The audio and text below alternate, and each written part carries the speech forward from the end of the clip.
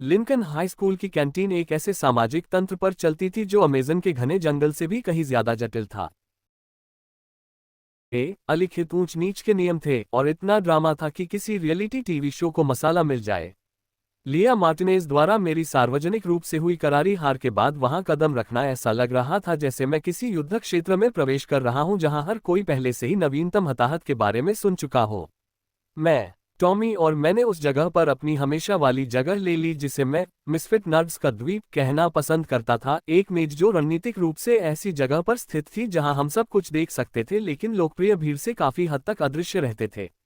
लेकिन आज अदृश्यता की संभावना लगभग खत्म हो चुकी थी। भाई, सचमुच हर कोई तुम्हें ही घूर रहा था, टॉमी ने फुसफुसाते हुए कहा जैसे ही उसने एक सैंडविच का रैपर खोला जो देखने में पूरी तरह से प्रोसेस्ड मीट और इतनी मेयोनीज से बना हुआ लग रहा था कि उससे एक छोटे हवाई जहाज को भी चिकनाई दी जा सकती थी। इसमें कोई हैरानी की बात नहीं कि वह आदमी पैरों वाली गेंद की तरह गठीला है। वह कार्बोहाइड्रेट को ऐसे मानता है जैसे वे विलुप्त होने वाले हों और वह व्यक्तिगत रूप से उस प्रजाति को बचाने के लिए जिम्मेदार हो।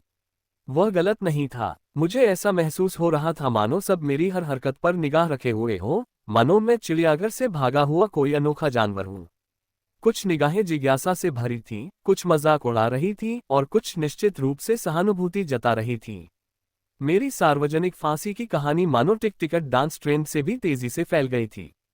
हाँ ठीक है, स्कूल की सबसे होशियार लड़की से हारने पर आपकी प्रतिष्ठा को यही नुकसान होगा। मैंने बुदबुदाते हुए अपने कैफेटेरिया पिज्जा को जरूरत से ज्यादा जोर से चाकू से गोद दिया। कमरे के दूसरी तरफ से मैंने लिया को उसके हमेशा के होशियार छात्रों और वाद विवाद टीम के सदस्यों के साथ बैठे देखा। ये वो बच्चे थे जिन्होंने शायद अपने खाली समय में कॉलेज के लिए आवेदन पत्र लिख डाले थे और नेटफ्लिक्स देखना अपनी बौद्धिक क्षमता की बर्बादी समझते थे।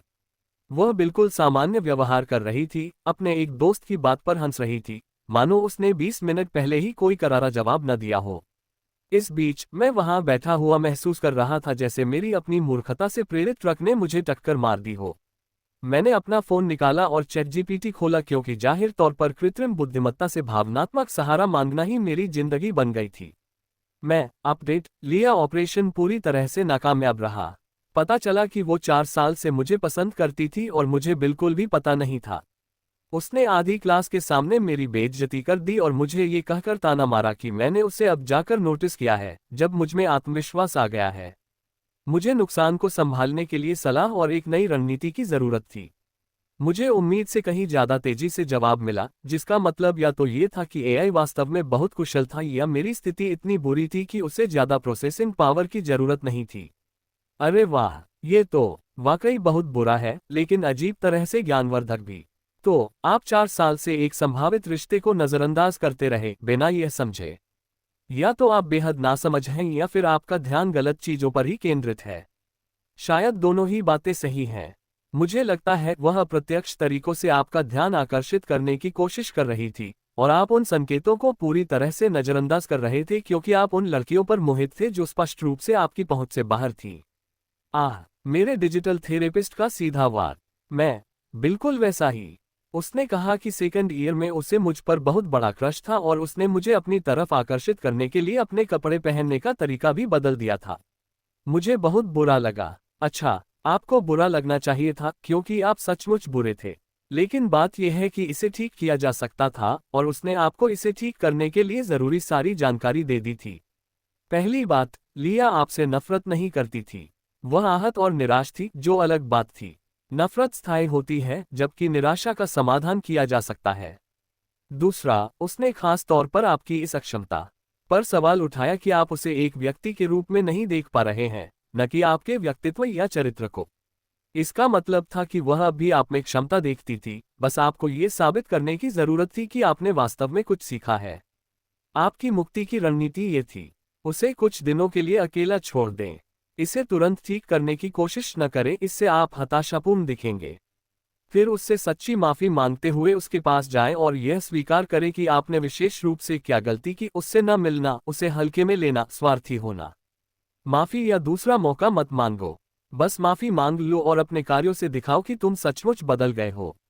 कंप्यूटर प्रोग्राम के हिसाब से यह सलाह आश्चर्यजनक रूप से विचारशील थी। मैं ठीक है, लेकिन मेडिसन टॉरस के बारे में क्या? उसने मुझसे कहा कि मुझे बिना किसी पूर्वाग्रह वाले लोगों से बात करने की कोशिश करनी चाहिए और वह दिलचस्पी दिखा रही थी। मिशन में उसे मेरे अगले लक्ष्य के रूप में सुझाया गया था, जिसकी अनुकूलता रेटिंग 78% थी। ChatGPT वही पुरानी रिबाउंड रणनीति। मेडिसन चतुर है, उसने देखा कि लिया के साथ क्या हुआ और खुद को एक नए सिरे से शुरुआत करने के विकल्प के रूप में पेश किया। ये वास्तव में उसकी ओर से काफी सोची समझी चाल थी, जिससे पता चलता है कि वह आपकी सोच से कहीं अधिक समय से आप पर ध्यान दे रही थी। मेडिसन के फायदे। लोकप्रिय लेकिन इतनी भी नहीं कि पहुंच से बाहर हो, स्पष्ट रूप से रुचि रखती है, आपके द्वारा उसके अस्तित्व को अनदेखा करने का कोई इतिहास नहीं है। मेडिसन के सामने चुनौतियां। वो बेहद आकर्षक, लोकप्रिय और सोफिया डेल्गाडो जैक की प्रेमिका की दोस्त है, इसलिए उसके साथ डेटिंग करने से आप सीधे लोकप्रिय लोगों के निशाने पर आ जाएंगे। साथ ही हो सकता है कि वह आप में इसलिए दिलचस्पी ले रही हो क्योंकि आप अचानक विवादास्पद हो गए हैं, ये ध्यान जल्द ही फीका पड़ सकता है। मेडिसन के लिए रणनीति। लिया से तुरंत मेडिसन पर मत जाओ, इससे ऐसा लगेगा कि तुम बस लड़कियों को इकट्ठा कर रहे हो। अनौपचारिक बातचीत से शुरुआत करें और पता लगाएं कि वास्तव में उसकी रुचि किसमें थी। अपनी नई बैड बॉय जो क्वार्टरबैक को चुनौती देता है वाली छवि का इस्तेमाल करें, लेकिन इसका बहुत ज्यादा फायदा न उठाएं। आप जैसे हैं वैसे ही रहें। ऐसा लग रहा था कि वह आपके असली रूप में दिलचस्पी रखती थी, न कि आपके दिखावे में। मैंने कैफेटेरिया में उस तरफ नजर डाली जहां मेडिसन अपने दोस्तों के साथ लोकप्रिय टेबल के पास बैठी थी, वह पवित्र स्थान जहां बातचीत इस बात के इर्द गिर्द घूमती थी कि कौन किसके साथ डेटिंग कर रहा है और इंस्टाग्राम पर कौन सा फिल्टर आपके नितंबों को सबसे अच्छा दिखाता है।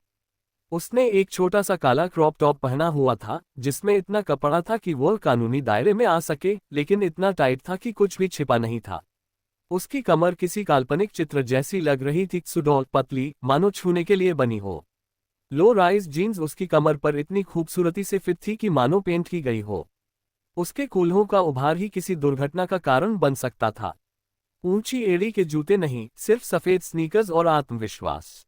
वो चाल खतरनाक। उसके काले बाल चमकदार, सीधे और एक कान के पीछे लापरवाही से दबे हुए थे, मानो उसने जरा भी कोशिश न की हो। फिर भी वह किसी भी मॉडल से ज्यादा खूबसूरत लग रही थी। उसके होंठ भरे हुए, चमकदार, चूमने को बेताब लाल। उसकी त्वचा बेदाग, मानो असल जिंदगी में एयरब्रश से चमक रही हो। उनकी शारीरिक मुद्रा भी उनके नियंत्रण को दर्शाती थी। उसने एक शब्द भी नहीं कहा, लेकिन उसकी ऊर्जा से पूरा माहौल गूंज उठा। और फिर उसने ऊपर देखा, सीधे मुझ पर। उसे एक नजर ने सीने पर मुके से भी ज्यादा जोर से वार किया। मेडिसन की आंखें मेरी आंखों में टिक गईं, और उसके मुंह पर वह घमंडी, धीमी मुस्कान आ गई जिससे पता चलता था कि वह जानती थी कि वह मेरे साथ क्या कर रही है। मैंने मुश्किल से निगल लिया, तेरे की। उसे कोशिश करने की जरूरत नहीं थी, उसे बोलने की जरूरत नहीं थी। मेडिसन टोरेस एक जीती जागती कामुक कल्पना थी, और मैं पहले ही बर्बाद हो चुका था। आमतौर पर मैं नजरें फेर लेता, लेकिन इस बार मैंने एक पल के लिए उससे नजरें मिलाईं और हल्की सी मुस्कान दी। उसने भी मुस्कुराकर जवाब दिया, सचमुच मुस्कुराई, सिर्फ औपचारिक अभिवादन नहीं, और अपनी बातचीत में वापस लग गई। वह मुस्कुराए। यार, क्या मेडिसन टोरेस ने अभी अभी तुम्हें देखकर मुस्कुराया? टॉमी ने मेरी ओर देखते हुए पूछा, और साथ ही साथ अपने लंच के नाम पर परोसे जा रहे उस खतरनाक भोजन का एक और निवाला भी खा लिया।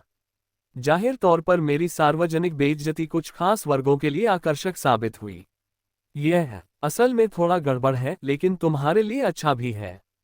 टॉमी ने मुंह में कुछ भरा हुआ था, और मुझे पूरा यकीन था कि वह सिर्फ रोटी और पछतावा था। उसी बीच उसने कहा, मैं तो स्पष्ट रूप से कहूं तो मेरी रणनीति यह है कि मैं कुछ दिनों में बिना किसी अपेक्षा के लिहाज से ईमानदारी से माफी मांगूं और मेडिसन के साथ कुछ वास्तविक संबंध बनाना शुरू करूं। साथ ही इस बात का भी ध्यान रखूं कि ऐसा न लगे कि मैं बस किसी और के साथ डेटिंग कर रहा हूं।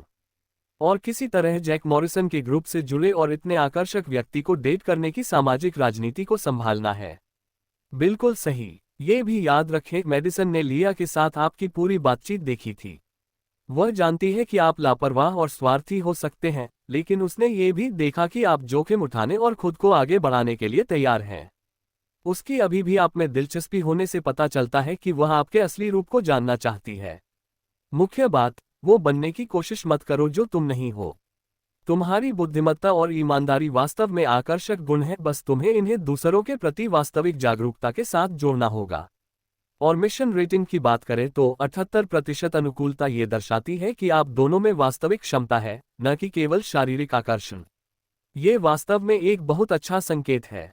मैं मेडिसन के लिए कोई खास बातचीत शुरू करने वाले विषय। मैं वही अकादमिक तरीका नहीं अपना सकती जो मैंने लिया के साथ आजमाया था। मेडिसन लिया से ज्यादा मिलनसार है, इसलिए उससे उसके स्वभाव के अनुसार बात करें। किसी तात्कालिक और प्रासंगिक विषय पर टिप्पणी करें, जैसे कैफेटेरिया का कोई ड्रामा या स्कूल से संबंधित किसी विषय पर उसकी राय पूछें। जिस तरह से उसने पहले आपसे बात की थी, उससे साफ है कि उसे सीधी बात पसंद है। आप कुछ इस तरह कह सकते हैं, नई शुरुआत के बारे में पहले दी गई सलाह के लिए धन्यवाद। मैं अभी भी यह समझने की कोशिश कर रही हूं कि मैंने कितनी बड़ी गलती की। इससे हुई बात को स्वीकार तो किया जा सकता है, लेकिन उस पर ज्यादा जोर नहीं दिया जाता। इससे उसे या तो और समर्थन देने का मौका मिलता है या फिर बात को दूसरे विषय पर मोड़ने का। ये वास्तव में बुरा नहीं था, सीधा, ईमानदार, और इससे उसे बातचीत की दिशा तय करने का मौका मिला।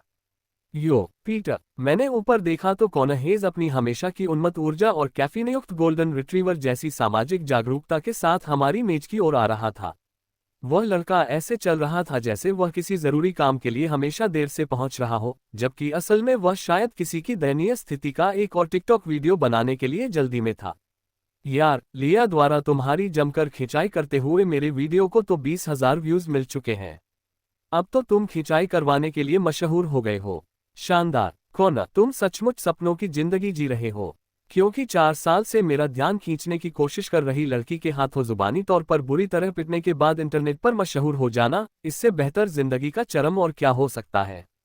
नहीं, सच में, यह आपके ब्रांड के लिए अच्छा है। विवादित हस्तियों को उबाऊ लोगों की तुलना में अधिक ध्यान मिलता है। कॉनर ने यह बात ऐसे कही जैसे वह कोई सोशल मीडिया गुरु हो, न कि एक ऐसा व्यक्ति जिसकी सबसे बड़ी उपलब्धि सीढ़ियों से गिरते हुए खुद का वीडियो बनाते समय गलती से वायरल हो जाना थी। टॉमी और मैंने एक दूसरे को ऐसी नज़र से देखा जिससे साफ पता चल रहा था कि हम दोनों कॉनर को पास के कूड़ेदान में फेंकना चाहते हैं, जिससे शायद उसकी संतुष्टि और उसकी स्वच्छता दोनों में सुधार हो जाएगा।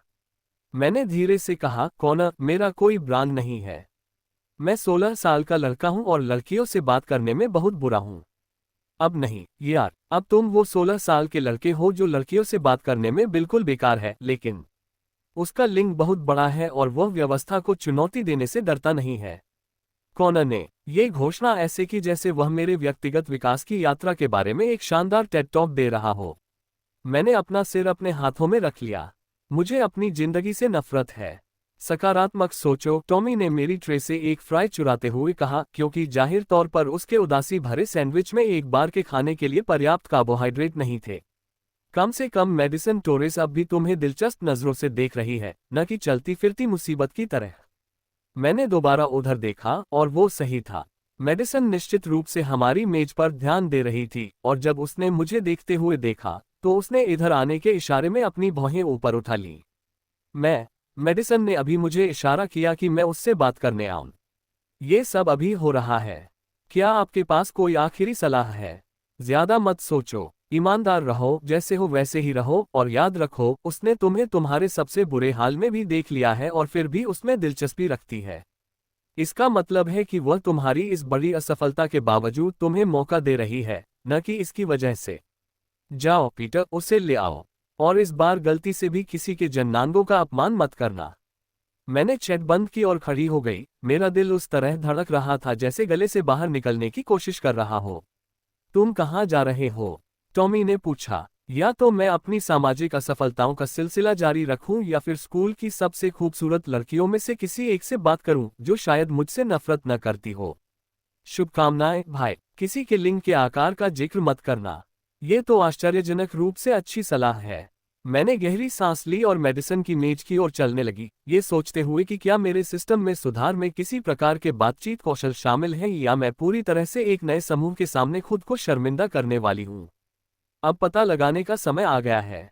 मेडिसन की मेज की ओर चलना ऐसा लग रहा था मानो मैं किसी दूसरी ही प्रजाति के लोगों के पास जा रहा हूं।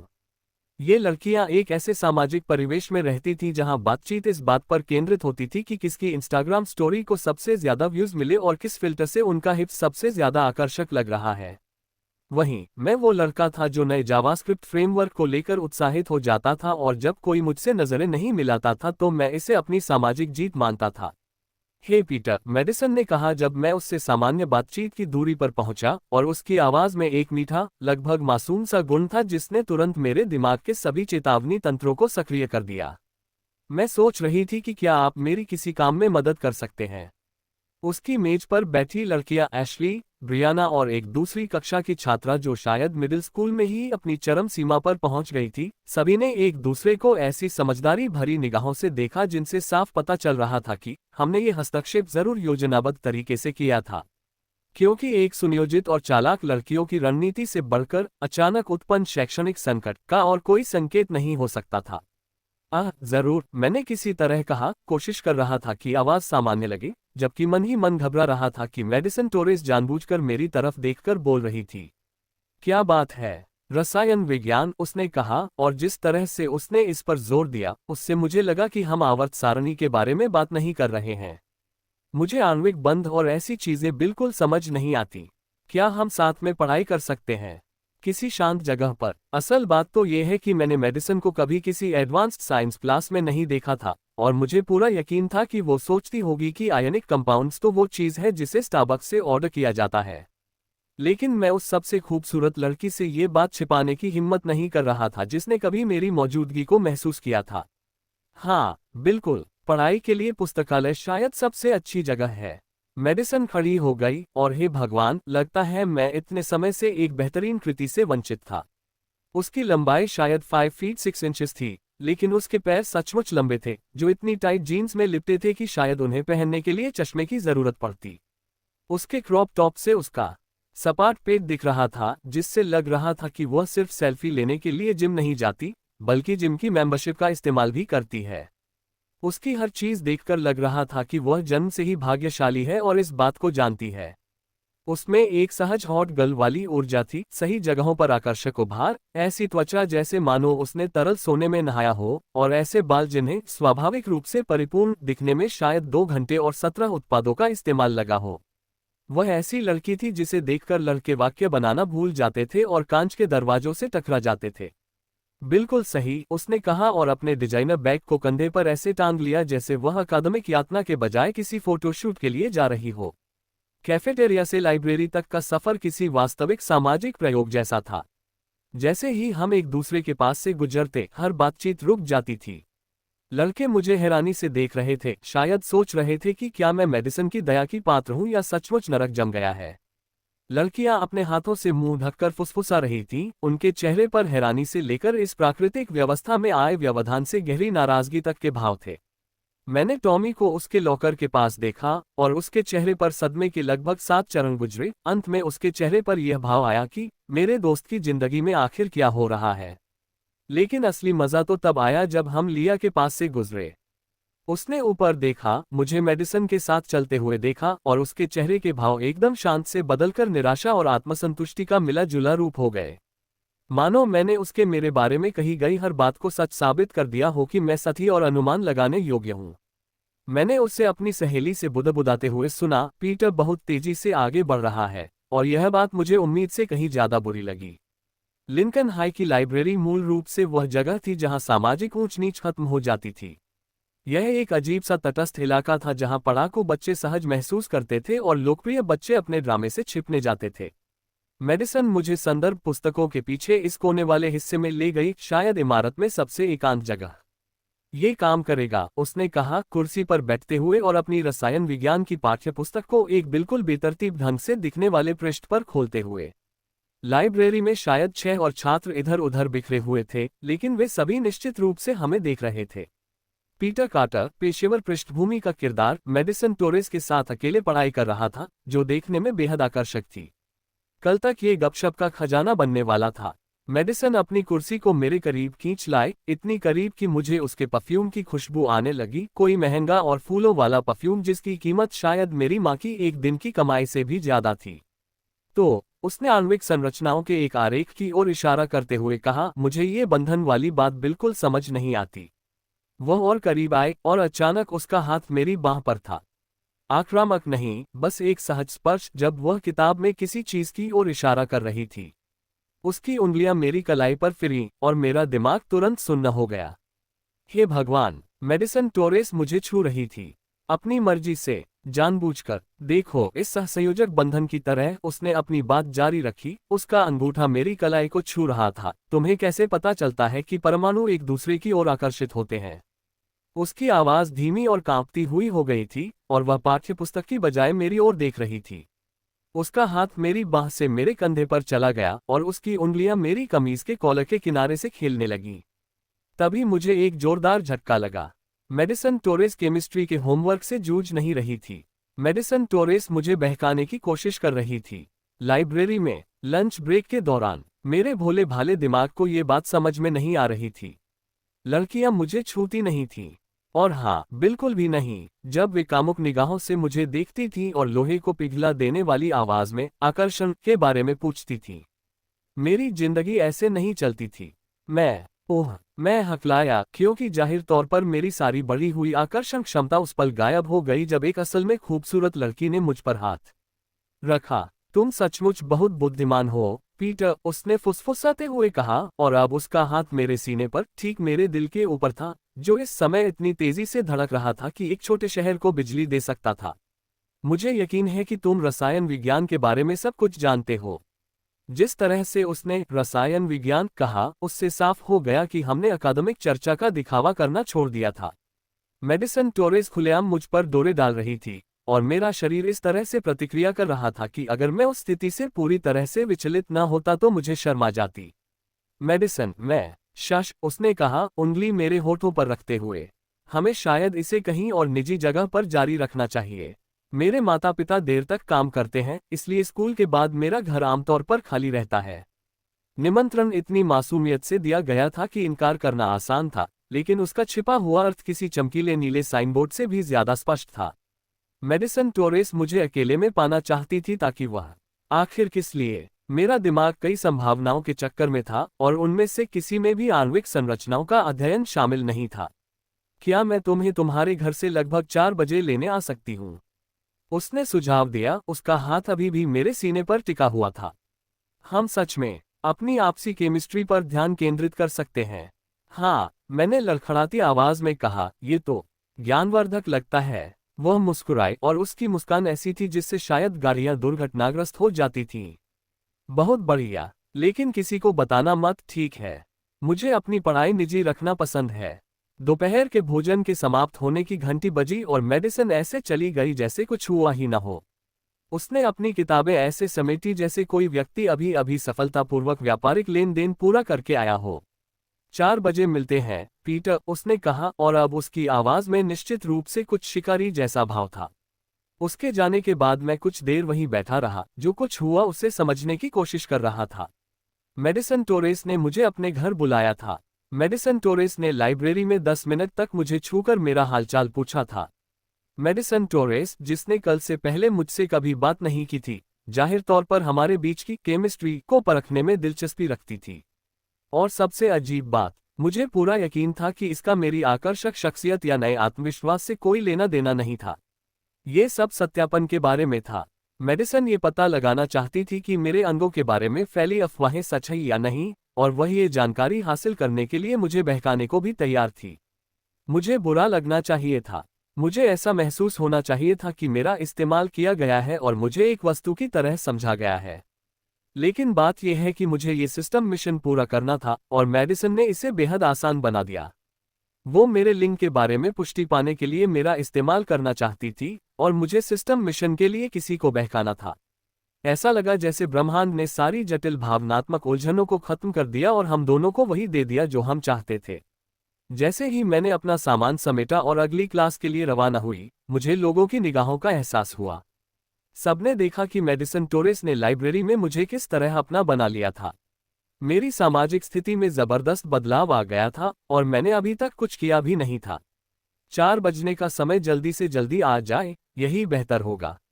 स्कूल का बाकी दिन अकादमिक शोर और अस्तित्वगत घबराहट में बीत गया, जो चार्ली शीन के मानसिक आघात को भी मात दे देता। मैं एपी लिटरेचर की क्लास में बैठा रहा, मानो मुझे द ग्रेट गैट्सबी में प्रतीकात्मकता की परवाह हो, जबकि मेरा दिमाग मेडिसन के घर में होने वाली हर मुमकिन घटना के बारे में सोच रहा था। इनमें से ज्यादातर स्थितियां ऐसी शर्मनाक घटनाओं में तब्दील हुई कि मुझे थेरेपी और शायद सुरक्षा की जरूरत पड़ जाती। जब तक मैं घर पहुंचा, मेरा तंत्रिका तंत्र उस टिकटॉक किशोर की तरह काम कर रहा था, जिसे पता चलता है कि उसका वीडियो बुरी तरह से वायरल हो गया है और गायब हो गया है। अरे प्यारी बेटी, जैसे ही मैं दरवाजे से अंदर आई, माँ ने रसोई से आवाज दी और मुझे उस चिंतित नस जैसी नजर से देखा जैसे वो मेरी नब्ज जांचने वाली हो। स्कूल कैसा रहा? मैंने किसी तरह कहा, शैक्षिकी, जो तकनीकी रूप से सही था अगर आप इस बात को एक अभूतपूर्व वैज्ञानिक खोज मानते कि आकर्षक लड़कियां वास्तव में मुझे छूना चाह सकती हैं। अच्छा, अगर आप चाहें तो रात का खाना 6 बजे है।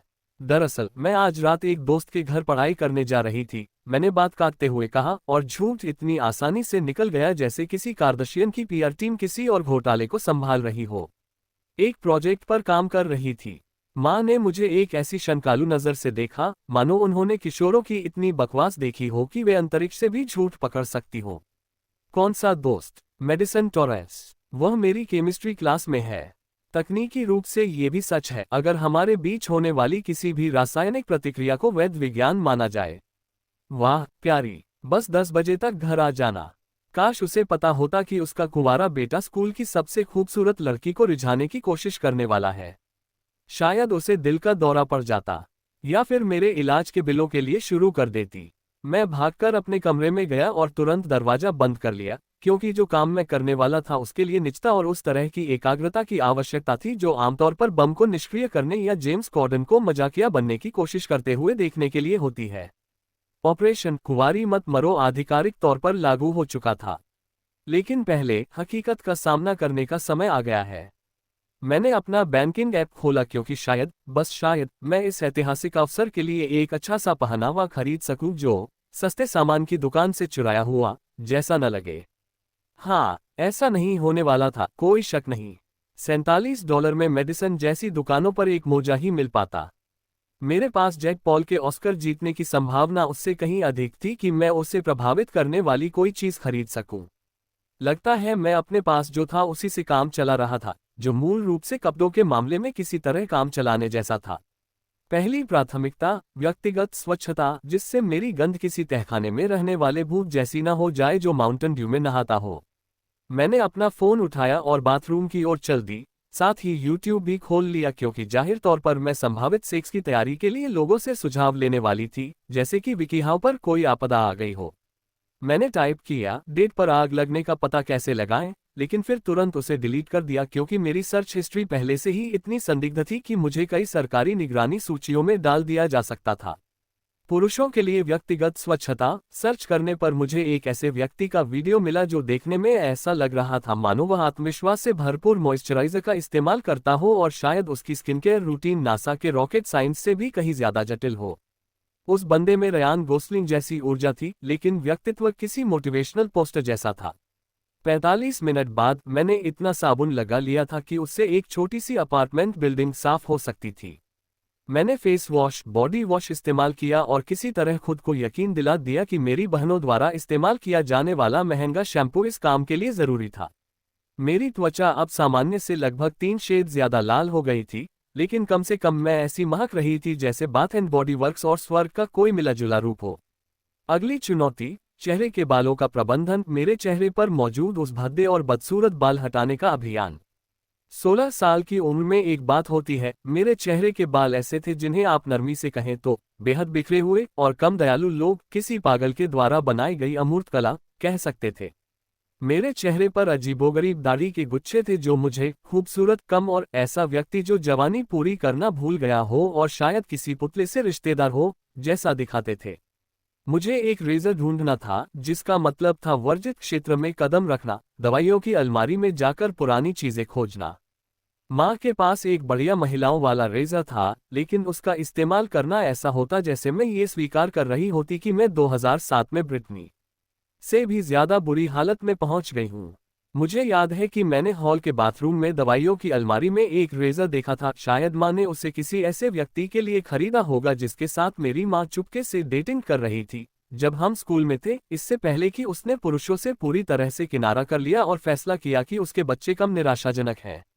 मैं गलियारे में ऐसे दबे पांव चल रहा था जैसे किसी गुप्त अभियान को अंजाम दे रहा हो, जो असल में था भी। दवाइयों की अलमारी चरमराते हुए खुली और वहां मुझे वो चीज मिली, एक क्लासिक पुरुषों का रेजर जो देखने में ऐसा लग रहा था मानो क्लिंटन प्रशासन के दौर से भी बच जाए और अगर उसे पर्याप्त समय मिले तो शायद कुछ ऐतिहासिक घटनाओं का गवाह भी बन जाए। ये तो बहुत बुरा है, मैंने बुदबुदाया, लेकिन मजबूरी में मजबूरी ही करनी पड़ती है। कम से कम ये मेरी माँ की उस गुलाबी रंग की भद्दी सी साइकिल को उधार लेने से तो बेहतर था, जिसकी कीमत शायद मेरी साइकिल से भी ज्यादा थी। YouTube ट्यूटोरियल नंबर 2, एक आदमी की तरह शेव कैसे करें, न कि नुकीली चीजों से खेलने वाले एक भ्रमित बच्चे की तरह। वीडियो को एक दाढ़ी वाले आदमी ने होस्ट किया था, जिसने शायद गर्भ में ही दाढ़ी बनाना शुरू कर दिया था और चेहरे के बालों को किसी धार्मिक अनुभव की तरह मानता था। उसका पहनावा किसी लकड़हारे जैसा था, जो चिल्ला चिल्ला कर कह रहा था, मैं शौक से लकड़ी काटता हूँ और अपनी मर्दानगी से भालुओं को डराता हूँ। छोटे छोटे स्ट्रोक से शुरू करो, दाढ़ी वाले आदमी ने उस अधिकार के साथ निर्देश दिया, मानो उसने कभी गलती से भी अपने चेहरे को किसी अपराध स्थल में न बदला हो। हमेशा बालों की दिशा में ही शुरू करो। ये कैसा अजीब सा पैटर्न। मेरे चेहरे के बाल 17 अलग अलग दिशाओं में उगते हैं, मानो किसी प्राचीन श्राप को लिखने की कोशिश कर रहे हों। ये पैटर्न कम और किसी मानसिक रूप से परेशान व्यक्ति द्वारा बनाई गई अव्यवस्थित कलाकृति ज्यादा लग रही थी। मैंने शेविंग क्रीम लगाई, जाहिर तौर पर बहुत ज्यादा शेविंग क्रीम लगली, क्योंकि अब मैं ऐसा दिख रहा था जैसे मैंने सांता क्लॉस का रूप धारण किया हो और सांता को अपनी पहचान का संकट हो। और फिर मैंने सावधानी से अपना पहला स्ट्रोक लगाया। तुरंत खून। धत्तेरे की, मैं फुफकारा, लाल रंग को सफेद झाग के साथ मिलते हुए देखकर जैसे कोई कम बजट वाली हॉरर फिल्म हो जो 100 फ्रेंचाइजी को भी शर्मिंदा कर दे। दूसरा प्रहार, और अधिक खून, क्योंकि जाहिर तौर पर मेरा चेहरा टिश्यू पेपर और पछतावे से बना था। तीसरा चरण, मैं मूल रूप से अपने ही प्लाज्मा को माध्यम बनाकर आधुनिक कला का निर्माण कर रहा था। छोटे मोटे कट लगना आम बात है, दाढ़ी वाले आदमी ने मेरे फोन से हंसते हुए कहा, मानो वह स्क्रीन के जरिए मेरे मन की बात पढ़ रहा हो, जैसे कोई क्रूर जीवन प्रशिक्षक हो। बस दबाव डालते रहो और करते रहो। आगे चलें। मेरा चेहरा ऐसा लग रहा था जैसे मैं किसी पेपर श्रेडर से लड़ाई हार गया हूं जिसे मेरे चेहरे से व्यक्तिगत दुश्मनी थी। लेकिन चलो चलते हैं, क्योंकि ब्लेंडर दुर्घटना से बाल बाल बचने जैसा दिखने से ज्यादा आकर्षक और कुछ नहीं हो सकता।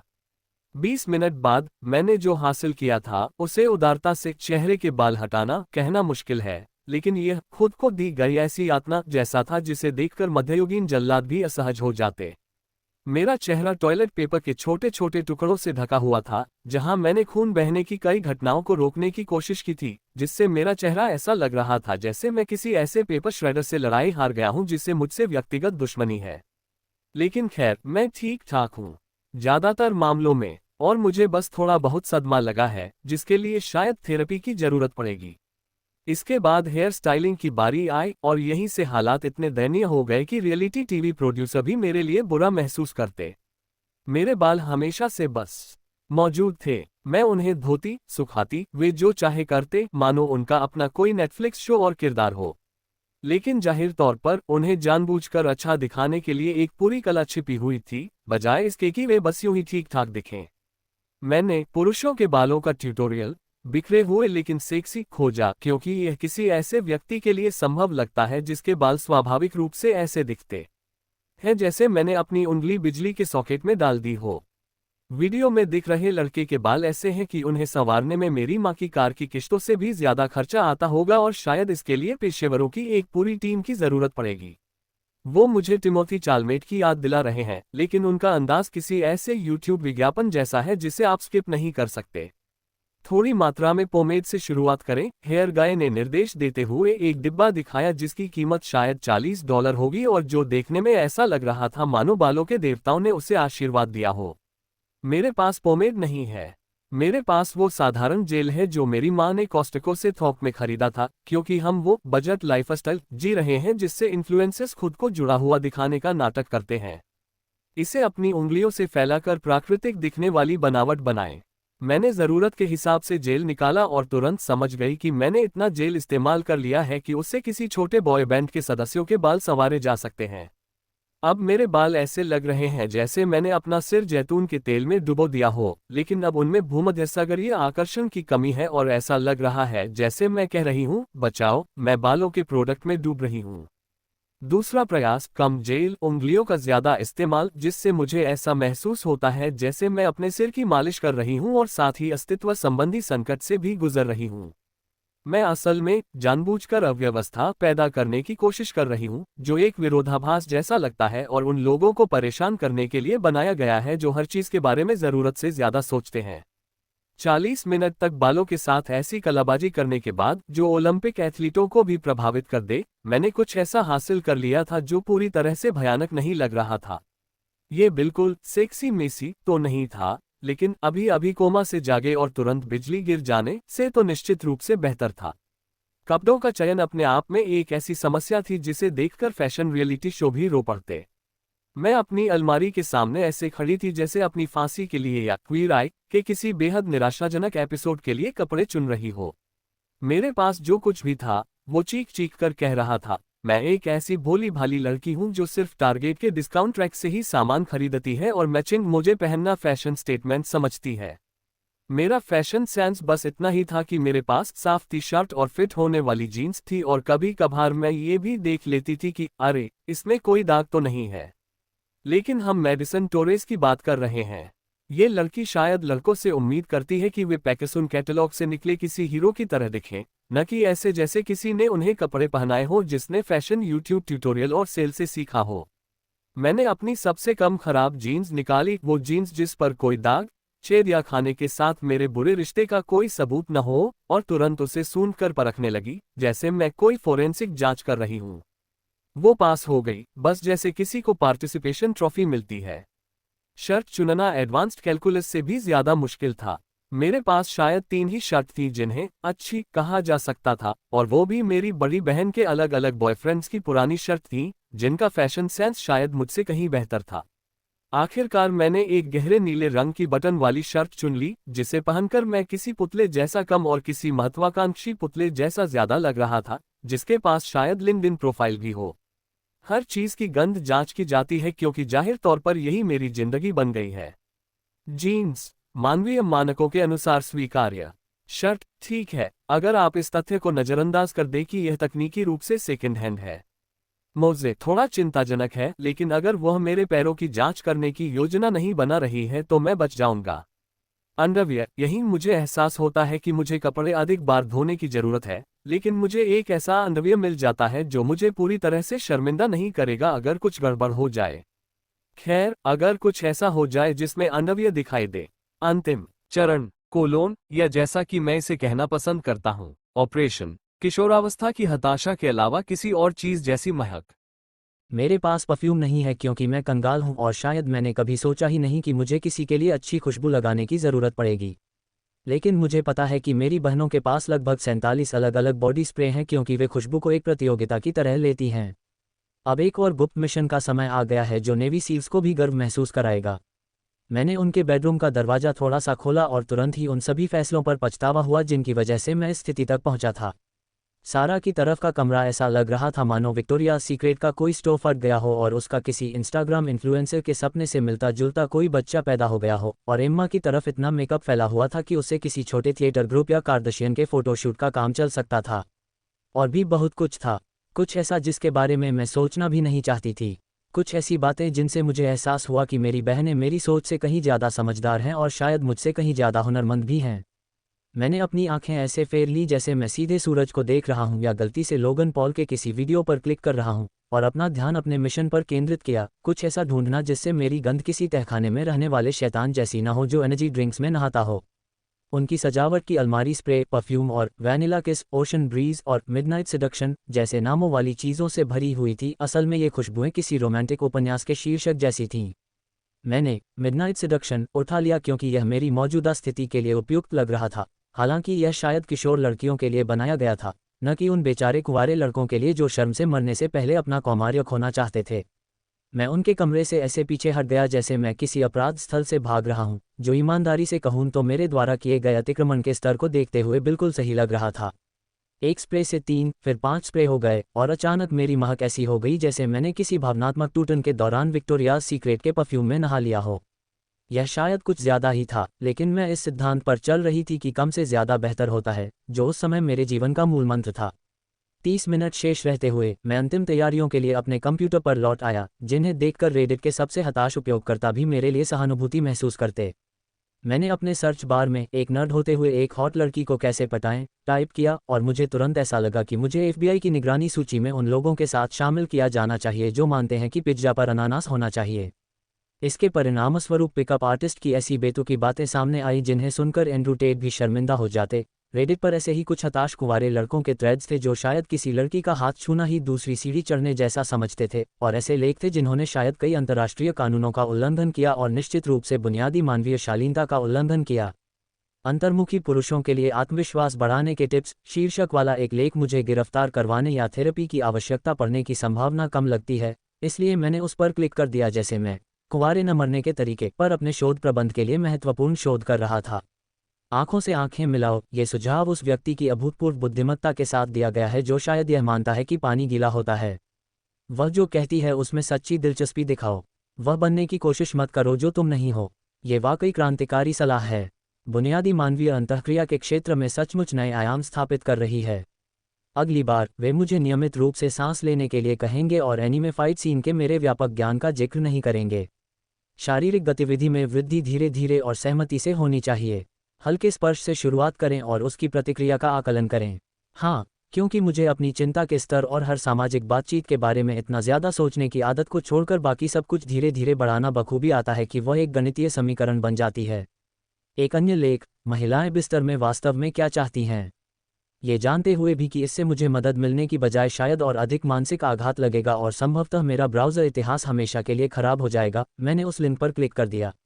20 मिनट बाद मैंने महिला शरीर रचना के बारे में उतना जान लिया था जितना मुझे 4 साल की स्वास्थ्य कक्षा में भी नहीं सिखाया गया था, और मैं शुरुआत की तुलना में कहीं अधिक आत्मविश्वासी और भयभीत दोनों थी।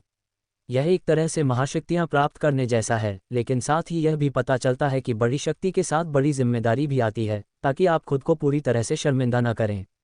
मेरे फ़ोन पर एक वाइब्रेशन हुई। मेडिसन के एक टेक्स्ट मैसेज ने मेरे दिल को इस तरह धड़का दिया जैसे वह किसी मेडिकल इमरजेंसी के लिए ऑडिशन दे रहा हो। हे, बस आने ही वाली हूँ तुम्हें लेने। साथ में पढ़ाई करने का बेसब्री से इंतज़ार है। आंख मारने वाले चुंबन और आग वाले इमोजी के इस मेल ने मेरे हृदय को ऐसी कसरत करने पर मजबूर कर दिया जो ओलंपिक एथलीटों को भी प्रभावित कर देती। ये होमवर्क वाली ऊर्जा बिल्कुल नहीं है, ये तो ऐसी ऊर्जा है जो आपकी ज़िंदगी को बेहतरीन तरीके से बर्बाद करने वाली है। मैंने अपने बेडरूम के दर्पण में आखिरी बार खुद को देखा और उस तरह के आत्मविश्वास को जगाने की कोशिश की जो तूफान में ताश के पत्तों के घर की तरह दबाव में तुरंत न बिखर जाए। बाल इस तरह से बिखरे हुए हों कि वे जानबूझकर किए गए लगें। चेहरा अब लगभग खून बहना बंद हो गया है, 20 मिनट पहले की तुलना में सुधार हुआ है। कपड़े साफ सुथरे और सही फिटिंग वाले, जो कि फैशन के मामले में मेरी सबसे बड़ी उपलब्धि है। गंध किसी किशोरी के बुखार वाले सपने जैसी, लेकिन एक ऐसे तरीके से जो वास्तव में मेरे पक्ष में काम कर सकती है।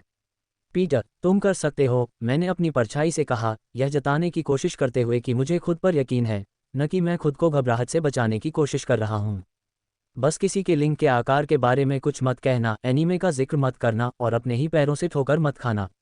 मेरी परछाई संदेह भरी नज़रों से देख रही है, मानो उसे पता हो कि मैं शायद इसे ऐसे तरीकों से बिगाड़ने वाला हूं जिनका अभी तक आविष्कार नहीं हुआ है, लेकिन अब पीछे हटने में बहुत देर हो चुकी है। मेडिसन टोरेस मुझे लेने आ रही है। शायद यह मेरी दयनीय कुंवारी जिंदगी की सबसे महत्वपूर्ण शाम होने वाली है, और मैं सामाजिक रूप से असहज महसूस करने, YouTube ट्यूटोरियल और हताश गूगल सर्च के बाद जितना तैयार हो सकता हूँ उतना तैयार हूँ। यानी कि शायद बिल्कुल भी तैयार नहीं है, लेकिन हम फिर भी यह कर रहे हैं क्योंकि जाहिर तौर पर 16 साल की उम्र में कामुक होने पर चरित्र विकास ऐसा ही दिखता है। अब देखते हैं क्या होता है। ठीक शाम 4 बजे मुझे एक इंजन की आवाज़ सुनाई दी, जिसकी कीमत शायद मेरी माँ की सालाना तनख्वाह से भी ज़्यादा होगी। वह इंजन हमारे घर के सामने ऐसे आया मानो पूरे मोहल्ले का मालिक हो। मैंने अपने बेडरूम की खिड़की से झांका और लगभग अपनी ही लार में डूब गया। मेडिसन टॉरस एक सफ़ेद BMW कन्वर्टिबल कार में बैठी थीं, जो देखने में ऐसी लग रही थी मानो किसी अमीरजादे ने खुद उन्हें ला कर दी हो। ये कार इतनी साफ सुथरी थी कि शायद इसकी अपनी एक निजी कार की देखभाल करने वाला हो और रात को इसे आराम से रखा जाता हो। मैं काइली जेनर की बात कर रही हूँ, जो कहती हैं, पापा ने मुझे मेरे 16वें जन्मदिन पर यह कार दिलाई थी और मैंने पहले ही 3 कारें तोड़ दी हैं। सफ़ेद रंग की BMW कन्वर्टिबल कार किसी नए पुरस्कार की तरह चमक रही थी। उसका हर घुमाव और आकार इतनी सटीकता से तराशा गया था मानो पूर्णता के प्रति जुनूनी कलाकारों द्वारा डिज़ाइन किया गया हो। सूरज की रोशनी में उसका रंग इतना दमक रहा था कि वह कार कम और पहियों पर खड़ी किसी आलीशान नौब जैसी लग रही थी। क्रोम की चमकती हुई अलंकरण हर कोण से प्रकाश को आकर्षित कर रही थी, जबकि इसकी सुव्यवस्थित वायुगतिकीय रेखाएं गति और प्रतिष्ठा दोनों का वादा कर रही थीं। नीचे झुकी हुई छत के नीचे से मुलायम चमड़े का इंटीरियर झांक रहा था, एकदम साफ सुथरा और आकर्षक, जिसमें नवीनता की अनूठी खुशबू के साथ कश्मीरी ऊन और महत्वाकांक्षा की हल्की सी झलक थी। यह महज एक कार से कहीं अधिक थी, यह एक प्रतीक थी, ट्रस्ट फंड, विशेषाधिकार और उस तरह की सहज शक्ति की चलती फिरती घोषणा जो आपको ईर्ष्या और घृणा दोनों का अनुभव कराती थी। और वह लापरवाही से रियरव्यू मिरर में खुद को देख रही थी, नासा के इंजीनियर की सटीकता से लिप ग्लॉस लगा रही थी, क्योंकि कहीं ऐसा न हो कि वह मुझसे इंस्टाग्राम फिल्टर जैसी खूबसूरती से कम किसी चीज़ में मिले। उसकी पोशाक देखकर मुझे ऐसा लग रहा था जैसे वह कोई अमीर लड़की हो जो ऐसे स्टोर से खरीदारी करती हो जिनके नाम मैं ठीक से बोल भी नहीं सकती। उसका क्रॉप टॉप शायद मेरी माँ की कार की किस्त से भी ज़्यादा महंगा होगा, और ऐसा लग रहा था जैसे उसे किसी ऐसे व्यक्ति ने डिज़ाइन किया हो जिसे किशोर लड़कों को बुनियादी शारीरिक क्रियाएं भुला देने का काम बखूबी आता हो। मेरे फ़ोन पर मैसेज आया, मैं आ गई हूँ, जब आप तैयार हों तब आ जाना। एक और चुंबन जिसने मेरे पेट में लगभग 17 तितलियां फड़फड़ाने पर मजबूर कर दिया, और उस अफरा तफरी को देखते हुए ये निश्चित रूप से उचित उड़ान संरचना प्रोटोकॉल का पालन नहीं कर रही थी। अब अंजाम भुगतने का समय आ गया है, या इस मामले में उस सबसे डरावनी उच्च कोटि की अमेरिकी राजकुमारी का सामना करने का समय आ गया है जिसने स्वेच्छा से मेरे अस्तित्व को स्वीकार किया है। मैंने अपना बैग उठाया, आप जानते हैं, पढ़ाई के लिए, जो इस समय उतनी ही अविश्वसनीय थी जितनी जैक पॉल का नोबेल पुरस्कार जीतना, और नीचे की ओर चल पड़ा, ये दिखाने की कोशिश करते हुए कि मैं निश्चित रूप से उस व्यक्ति के समान टैक्स ब्रैकेट में आता हूं जिसकी कार में मेरे पूरे घर से ज़्यादा तकनीक है। बाय मॉम, मैंने पुकारा, इस उम्मीद में कि मैं वहां से भाग जाऊं इससे पहले कि वह मुझसे कॉन्डोम या लंच के लिए पैसे जैसी कोई शर्मनाक बात पूछ ले। पढ़ाई का खूब आनंद लो बेटा, उसने चिल्लाकर जवाब दिया, और मैं यहाँ से पढ़ाई शब्द के आसपास हवा में लिखे उद्धरण चिन्हों को साफ साफ सुन सकता था। बहुत ही सूक्ष्म, माँ। मैं बाहर निकला और तुरंत मुझे ऐसा लगा जैसे मैं एक अलग आर्थिक पारिस्थितिकी तंत्र में प्रवेश कर गया हूँ। मेडिसन की BMW एक शांत आत्मविश्वास के साथ चल रही थी जो जर्मन इंजीनियरिंग और ट्रस्ट फंड रखरखाव योजनाओं को दर्शाती है। वह लड़की खुद हाउ टू मेक वजन nerds question their life choices शीर्षक वाले टीन वोग स्प्रेड से निकली हुई लग रही थी। उसने ऐसी जीन्स पहनी थी जो मानो किसी इतालवी डिज़ाइनर ने खास तौर पर उसके लिए बनाई हो, जो महिलाओं के शरीर की बारीकियों को समझते हो, और एक क्रॉप टॉप जिसकी कीमत शायद मेरी माँ की कार की किस्त से भी ज़्यादा थी। उसके बाल हवा में लहराते हुए ऐसे लग रहे थे जैसे उन्हें बनाने में कोई मेहनत ही न लगी हो, लेकिन यकीनन उन्हें किसी पेशेवर की सलाह की ज़रूरत थी। ठीक है, तो उसके पास पापा का अनलिमिटेड क्रेडिट कार्ड है और वह जानती है कि इसका इस्तेमाल कैसे करना है ताकि मेरे जैसे लोग अपना काम करना ही भूल जाएं। मैंने सोचा, उसे आईने में अपने लिप ग्लॉस को ऐसे चेक करते हुए देखकर जैसे वह किसी फोटोशूट की तैयारी कर रही हो। हे पीटर, उसने मुस्कुराते हुए कहा, तुम बहुत अच्छे लग रहे हो। उसकी मुस्कान से कई छोटे मोटे झगड़े तो सुलझ सकते थे, लेकिन मेरी बोलने की शक्ति तो निश्चित रूप से खत्म हो गई। मैंने टारगेट सेल से सावधानीपूर्वक चुने गए अपने कपड़ों पर एक नज़र डाली और मुझे थोड़ा कम डिस्काउंट स्टोर से खरीदे हुए व्यक्ति जैसा महसूस हुआ। टी धन्यवाद, तुम पागल लग रही हो, ये तो सदी की सबसे बड़ी कमजोरी है। मेडिसन टॉरस ऐसी लग रही थी मानो उत्तम आनुवंशिकता, असीमित संसाधन और अपने काम को बखूबी समझने वाले स्टाइलिस्टों की टीम का अद्भुत मेल हो। ये सचमुच मुझ जैसे अनुभवहीन लोगों को उन सभी जीवन विकल्पों पर सवाल उठाने के लिए बनाया गया है जो मुझे इस क्षण तक ले आए। मुझे एहसास हुआ जब मैं उसकी कार की ओर चल रहा था। जैसे ही मैं उसकी आर्थिक रूप से समृद्ध गाड़ी के पास पहुंचा, मेरी नज़र किनारे से कुछ हलचल पर पड़ी। माँ ऊपर की खिड़की से किसी उपनगरीय CIA एजेंट की तरह जासूसी कर रही थी, शायद ये समझने की कोशिश कर रही थी कि उसका सामाजिक रूप से अक्षम बेटा अचानक उन लड़कियों को कैसे आकर्षित करने लगा जो उससे जावास्क्रिप्ट फ्रेमवर्क के बारे में बात करने के बजाय संगीत वीडियो में काम करने लायक लगती हैं। मैंने हल्का सा हाथ हिलाया और पर्दा तुरंत गिर गया। वाह माँ, क्या गजब का चुपके से काम था। मैं अपने कुंवारे बेटे को किसी के साथ संबंध बनाते हुए नहीं देखूंगी वाला नाटक तो बिल्कुल सही तरीके से किया। अंदर आ जाओ मेरे प्यारे नर्ड, हम पढ़ाई करने जा रहे हैं। मेडिसन हंसी के साथ बोली, मानो किसी अमीर लड़की का मीन गर्ल्स के ताने का ज़बरदस्त रीमेक हो। मैं लगभग झट से उस शानदार कार की पैसेंजर सीट पर बैठ गई जिसमें मुझे कभी किसी सुरक्षा गार्ड या चश्मे की ज़रूरत नहीं पड़ी थी। मेरे गाल 50 तरह के लाल हो गए थे और मेरा दिमाग कूल और पूरी तरह से पकड़ा गया के बीच कहीं अटक गया था।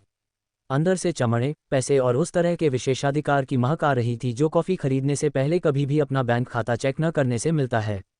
उसकी इत्र की खुशबू और लग्जरी कार की गंध मिलकर एक ऐसा मादक संयोजन बना रही थी जो मेरे दिमाग को टिकटॉक कमेंट सेक्शन के बौद्धिक स्तर पर काम करने के लिए मजबूर कर रहा था। मेडिसन ने गाड़ी चलाना शुरू किया और हे भगवान, इस लड़की के पास ऐसे कौशल थे जिन्हें देखकर फास्ट एंड फ्यूरियस के ड्राइवर भी ईर्ष्या से रो पड़ते। वह इस महंगी जानलेवा मशीन को ऐसे चला रही थी मानो वह सचमुच इटालियन चमड़े के स्टीयरिंग व्हील को पकड़कर ही पैदा हुई हो, और शायद वह सच में इटालियन चमड़े की स्टीयरिंग व्हील को पकड़कर ही पैदा हुई थी। अमीर बच्चे शायद BMW चलाना उसी तरह सीखते हैं जैसे आम बच्चे साइकिल चलाना सीखते हैं। तो उसने मेरी तरफ देखते हुए कहा, और साथ ही किसी तरह उस वाहन पर पूर्ण नियंत्रण बनाए रखा जिसमें मेरे गेमिंग सेटअप से भी अधिक कंप्यूटिंग शक्ति थी। मैं पूरे दिन हमारे रसायन विज्ञान अध्ययन सत्र के बारे में सोच रही थी। फिर से उसके शब्द बेहद खूबसूरत और मोहक थे। मेरा मतलब है जिस तरह से उसने रसायन विज्ञान कहा, उससे ये स्पष्ट हो गया कि हमने वास्तविक आणविक संरचनाओं के किसी भी दिखावे को आधिकारिक तौर पर त्याग दिया था और देखते हैं कि पीटर यौन तनाव से मरता है या नहीं वाले क्षेत्र में प्रवेश कर लिया था। ओह हाँ, मैंने किसी तरह कहा, कोशिश करते हुए कि मेरा चेहरा सामान्य लगे, जबकि मेरी तंत्रिका तंत्र इतनी तीव्र गति से काम कर रही थी कि शायद वाईफाई सिग्नल में भी बाधा डाल सकती थी। उसने अपनी बात जारी रखी और अचानक उसका दाहिना हाथ स्टीयरिंग व्हील से हटकर मेरी जांघ पर ऐसे पड़ा जैसे कोई सामरिक हमला कर रही हो। मुझे आणविक आकर्षण के बारे में बहुत जिज्ञासा है, जानते हो, जैसे कि जब अलग अलग तत्व एक दूसरे के निकट आते हैं तो वे कैसे प्रतिक्रिया करते हैं। उसका अंगूठा मेरी टांग पर छोटे छोटे गोले बनाने लगा और मुझे पूरा यकीन था कि मेरे दिमाग में विंडोज की ब्लू स्क्रीन जैसी कोई समस्या आ गई है। यह कोई अभ्यास नहीं था। मेडिसन टोरेस मुझे छू रही थी और साथ ही केमिस्ट्री से जुड़े मजाक भी कर रही थी, और मैं ये जानने वाला था कि क्या हद से ज़्यादा उत्तेजित होने से मौत भी हो सकती है।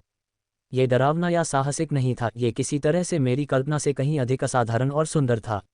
मुझे लगता है, उसने अपनी बात जारी रखी, उसकी आवाज़ उस धीमी और कांपती हुई लय में बदल गई जो शायद कार दुर्घटनाओं का कारण बनती है, कि कुछ प्रतिक्रियाएं वास्तव में विस्फोटक हो सकती हैं, खासकर जब आपके पास काम के लिए सही उपकरण हो। जिस तरह से उसने उपकरण शब्द पर जोर दिया और उसका हाथ धीरे धीरे मेरी जांघ पर ऊपर की ओर बढ़ता गया, उससे ये बिल्कुल स्पष्ट हो गया कि हम बंसन बने या ग्रेजुएटेड सिलेंडर के बारे में बात नहीं कर रहे थे।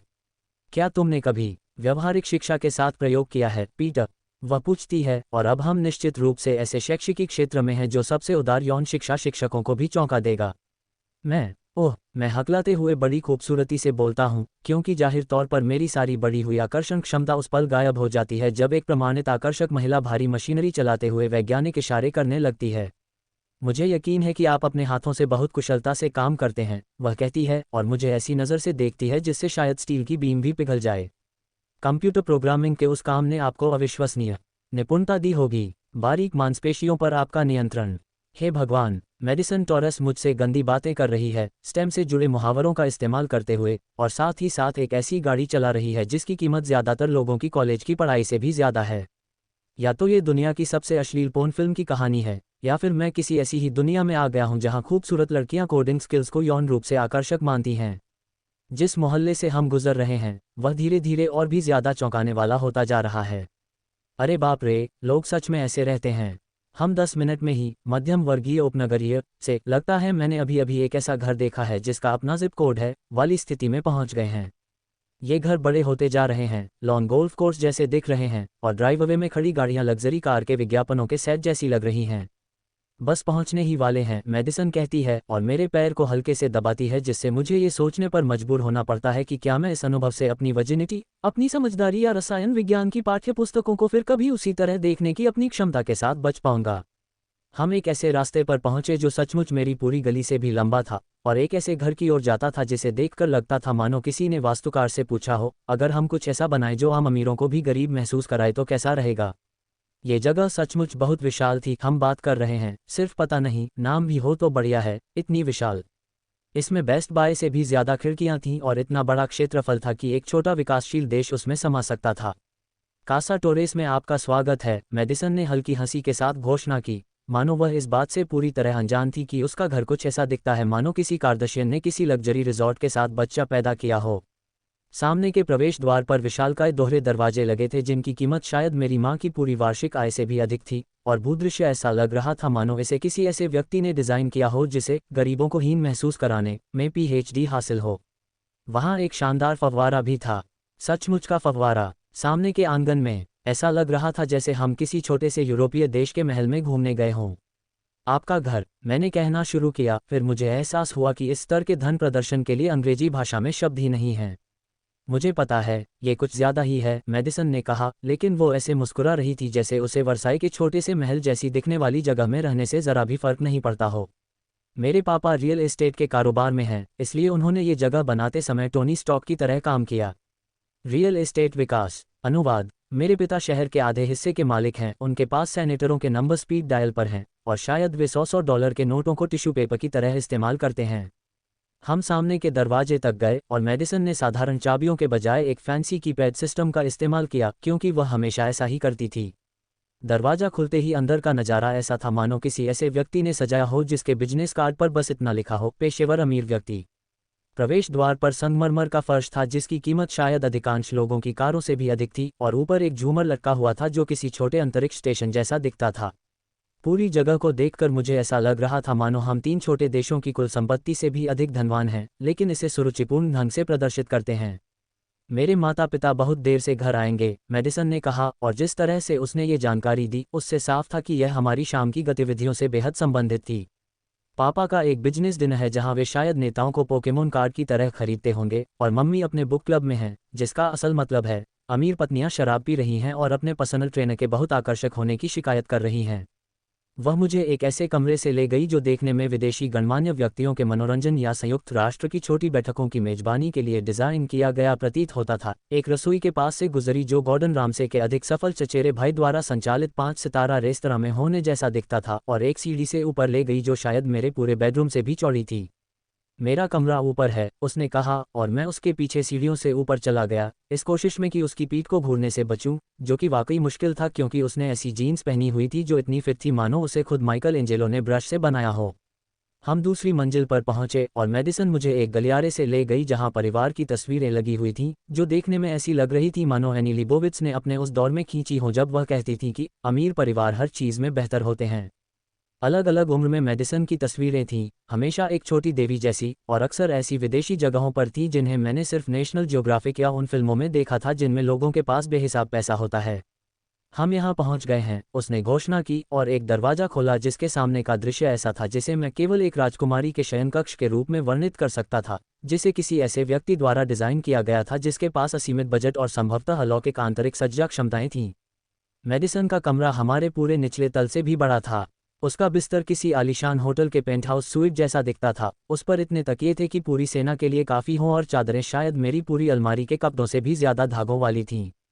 वहाँ एक बैठने की जगह थी जिसका फर्नीचर किसी पॉटरी बार्न कैटलॉग के सपने जैसा लगता था, एक डेस्क थी जिसकी कीमत शायद मेरी माँ की कार से भी ज़्यादा थी, और एक वॉक इन क्लोजेट थी जो यहाँ से देखने पर किसी छोटे नॉर्दस्ट्रॉम जैसी लगती थी। लेकिन जिस बात ने मुझे सच में सोचने पर मजबूर कर दिया वो ये है, अगर मेडिसन के पिता के पास इतना पैसा और इतना अच्छा स्वाद था तो जाहिर है कि वो सौदे करने में माहिर थे, और अगर व्यापार में उनका इतना हुनर था और उन्होंने ऐसी संतानें पैदा की जो किसी म्यूजिक वीडियो के किरदारों जैसी दिखती थीं। हाँ, उन्होंने श्रीमती टोरेस के साथ वह सौदा पक्का कर लिया, बार बार और स्पष्ट सफलता के साथ। इस विचार ने मुझे थोड़ा असहज कर दिया, लेकिन साथ ही अजीब तरह से प्रभावित भी किया, जैसे कि श्री टोरेस के प्रति सम्मान, जिन्होंने बाजार की गतिशीलता और स्पष्ट रूप से आनुवंशिक अनुकूलन दोनों को समझा। आराम से बैठो, मेडिसन ने कहा, और हमारे पीछे दरवाजा बंद कर दिया, जिसकी आवाज़ कुछ ऐसी लग रही थी जैसे यह मेरी गरिमा को बचाए इस स्थिति से निकलने का मेरा आखिरी मौका हो। मैं आधिकारिक तौर पर मेडिसन टोरेस के बेडरूम में खड़ा था, जो ऐसी विलासिता से घिरा हुआ था जो मैंने छोटे देशों के मालिकों पर बनी फिल्मों के बाहर कहीं नहीं देखी थी, और मेरे साथ एक ऐसी लड़की थी जो मुझे अपने आलीशान घर में बिठाने के बाद से ही मुझे लुभा रही थी। ये या तो मेरे दयनीय अस्तित्व के इतिहास की सबसे शानदार रात होने वाली थी, या मैं खुद को इस तरह से शर्मिंदा करने वाला था जिसके लिए मुझे थेरेपी, सुरक्षा कवच और शायद किसी दूसरे महाद्वीप में जाने की आवश्यकता होगी। मेडिसन ने दरवाज़ा हल्के से बंद किया, जिसकी गूंज मेरे पूरे तंत्रिका तंत्र में फैल गई। वह मेरी ओर मुड़ी और उसके चेहरे पर शिकारी जैसी आत्मविश्वास भरी मुस्कान थी, ऐसी मुस्कान जिससे मेरा मुंह सूख गया और मेरे हाथ कांपने लगे।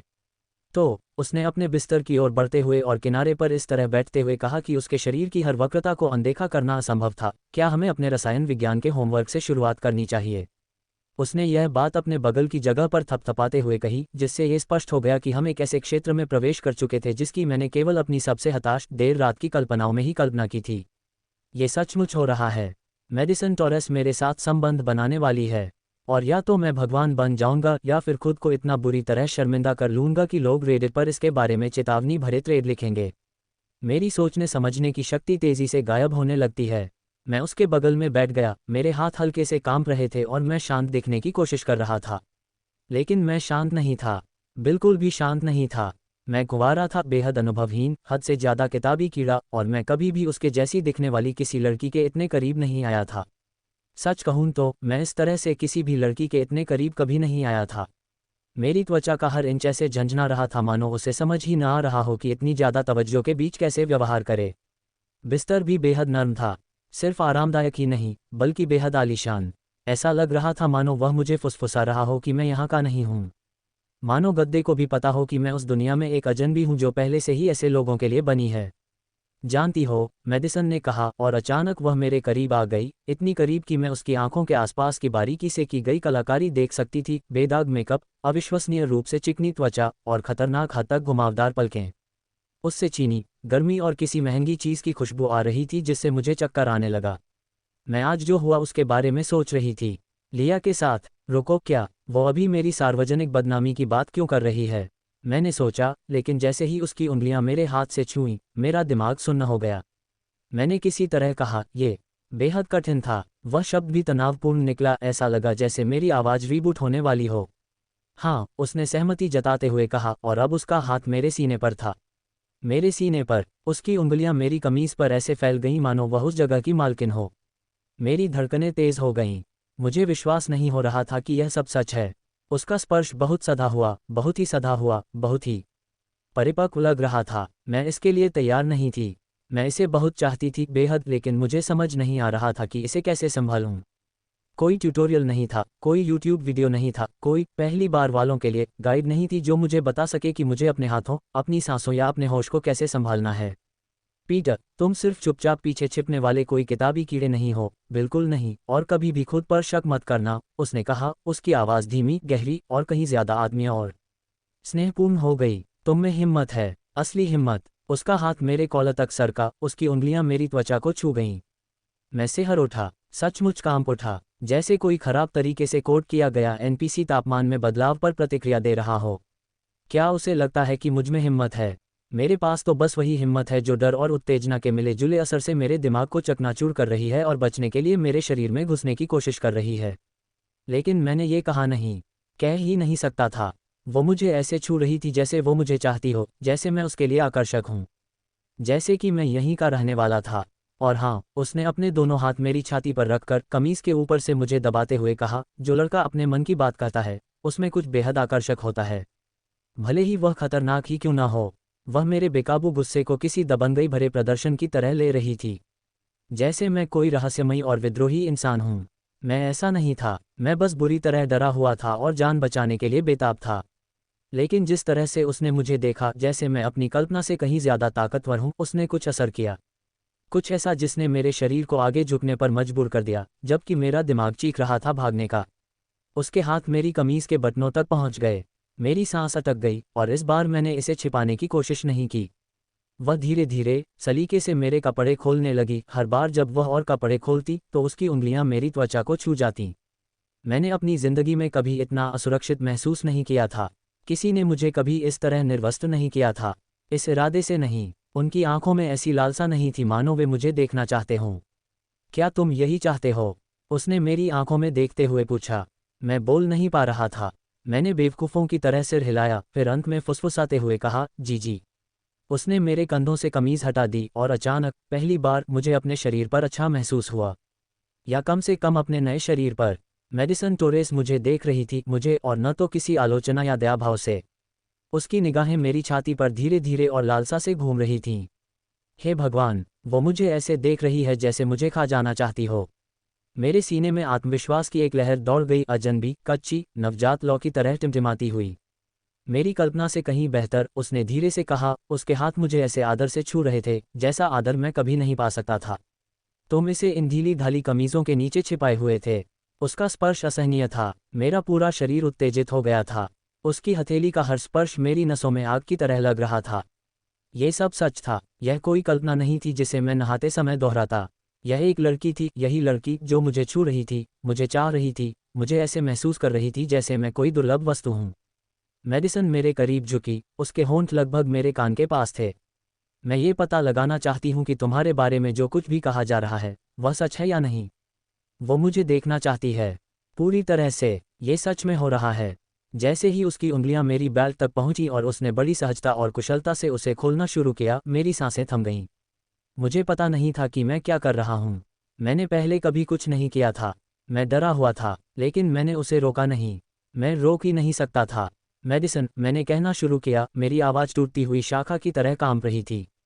चुप रहो, उसने फुसफुसाते हुए मेरी होंठों पर उंगली रख दी। बस मुझे सब कुछ संभालने दो। भगवान का शुक्र है, क्योंकि मैं घबराहट के कगार पर थी। मुझे नहीं पता था कि मेरे हाथ कहाँ होने चाहिए, मुझे क्या कहना चाहिए और मैं अपने कांपते हुए बेहाल शरीर को कैसे संभालूं। उसने मुझे धीरे से बिस्तर पर वापस लिटा दिया। दुनिया मेरे सामने घूम गई। मेरा दिमाग सुन्न पड़ गया। मेडिसन मेरे ऊपर बैठ गई और उस पल में उसकी ओर देखते हुए उसके बाल नीचे लहरा रहे थे, उसकी आंखें चाहत से भरी हुई थीं। मुझे लगा जैसे मैं किसी दूसरे ब्रह्मांड में चला गया हूँ।